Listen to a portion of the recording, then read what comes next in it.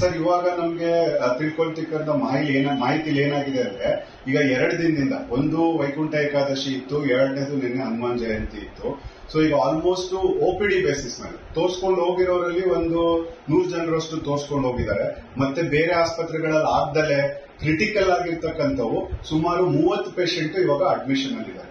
30 patient ಅಲ್ಲಿ ಆಗ್ಲೇ ಒಂದು ಆಲ್ಮೋಸ್ಟ್ ಅರೆಸ್ಟ್ ಆಗೋ ಸ್ಟೇಜ್ ಅಲ್ಲಿ ಇದೆ. ಇದು ನಮ್ಗೆ ಒಂದು ಕಡೆಯಿಂದ ಆಗಿರ್ತಕ್ಕನ್ನೋದಕ್ಕಿಂತ ಹಲವಾರು ಆ ಕಡೆ ಪ್ರಸಾದಗಳು ವಿತರಣೆಗಳು ಆಗಿರೋದ್ರಿಂದ ಇದು ಮೊನ್ನೆಯಿಂದನೇ, ಅಂದ್ರೆ ನೆನ್ನೆ ಆಗಿರ್ತಕ್ಕಂಥದ್ದು ಮೊನ್ನೆಯಿಂದನೇ ಇನ್ಫೆಕ್ಷನ್ ಆಗಿ, ಯಾಕಂದ್ರೆ ಎಷ್ಟೋ ಜನ ಏನ್ ಹೇಳ್ತಿದ್ದಾರೆ, ಸರ್ ನಾವು ಪ್ರಸಾದ ತಗೊಂಡಿಲ್ಲ ಆದ್ರೂ ನಮ್ಗೆ ಆಗಿದೆ ಅಂತ. ಸೊ ಮೊನ್ನೆ ಯಾರು ತಿಂದಿರ್ತಾರೆ ಇಲ್ಲ ಅವರಿಂದ ಇವ್ರ ಮನೆಯವ್ರಿಗೆ ಆಗಿರ್ತಕ್ಕಂಥದ್ದು. ಈಗಾಗಲೇ ಸುಮಾರು ನಮ್ಮ ICU ಒಳಗಡೆ 10 ವೆಂಟಿಲೇಟರ್ ಬೆಡ್ ಏನಿದೆ, 10 ವೆಂಟಿಲೇಟರ್ ಬೆಡ್ ಕಂಪ್ಲೀಟ್ ಫುಲ್ ಆಗಿದೆ. ಮತ್ತೆ 2ನೇ ಫ್ಲೋರ್ ಅಲ್ಲಿ ಇವ್ರಿಗೆ ಅಂತ ಸಪರೇಟ್ ಇಂಟೆನ್ಸಿವಿಸ್ಟ್, ಸಪರೇಟ್ ಡಾಕ್ಟರ್ ಇಟ್ಬಿಟ್ಟು ಇವಾಗ ಒಂದು ವಾರ್ಡ್ ಓಪನ್ ಮಾಡಿದ್ವಿ. ಅದರಲ್ಲಿ ಇವಾಗ ಆಲ್ಮೋಸ್ಟ್ 7 ರಿಂದ 8 ಪೇಷಂಟ್ ಕ್ರಿಟಿಕಲ್ ಆಗಿದ್ದಾರೆ, ಮಿಕ್ಕವರು ಸ್ಟೇಬಲ್ ಆಗಿದ್ದಾರೆ. ಇವ್ರದೆಲ್ಲರದೂ ಔಟ್ಪುಟ್ ಅಂದ್ರೆ ಯೂರಿನ್ ಔಟ್ಪುಟ್ ಇವೆಲ್ಲ ಏನು ಬರ್ತಾ ಇಲ್ಲ, ಸಿವಿಯರ್ ಡಿಹೈಡ್ರೇಷನ್ ಅಲ್ಲಿ ಇದ್ದಾರೆ. ಈಗ ಕರೆಕ್ಷನ್ಸ್ ಆಗ್ತಾ ಇದೆ. ಸೊ ಒಂದು ಏನ್ ಹೇಳ್ಬೇಕಸ್ತೀನಿ ಅಂದ್ರೆ, ಇವಾಗ ಸ್ವಲ್ಪ ನೀರಿನಂಶ ಆಗ್ಲಿ ಇದಾಗ್ಲಿ ಸ್ವಲ್ಪ ಹುಷಾರಾಗಿರುತ್ತೆ.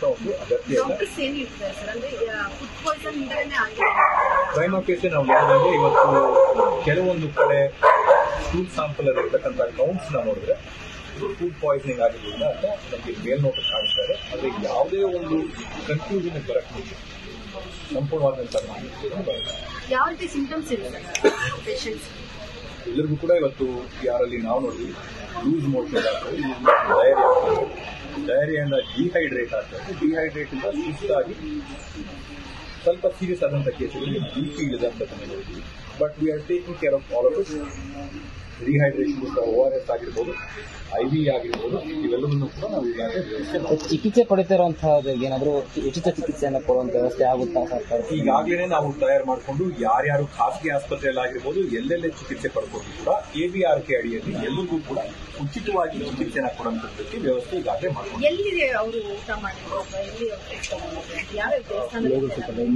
ಸರಿ, ಒಂದು ದೇವಸ್ಥಾನದಲ್ಲಿ ಕ್ರಾಸೋಪಣೆ ಮಾಡಿದಾರೆ, ಇನ್ಚಾರ್ಜ್ ತಗೊಂಡಿದ್ರು, ಯಾರ ಪ್ರಸಾದ ನಿರ್ವಹಣೆ ಮಾಡಿದ್ರು, ಅದು ಶುಚಿತ್ವ ಆಗಿರ್ಬೋದು ಅಥವಾ ಈಗ ಅವೆಲ್ಲವನ್ನೂ ಕೂಡ ನಾವು ಮಾಡ್ತಾ ಇದೀವಿ.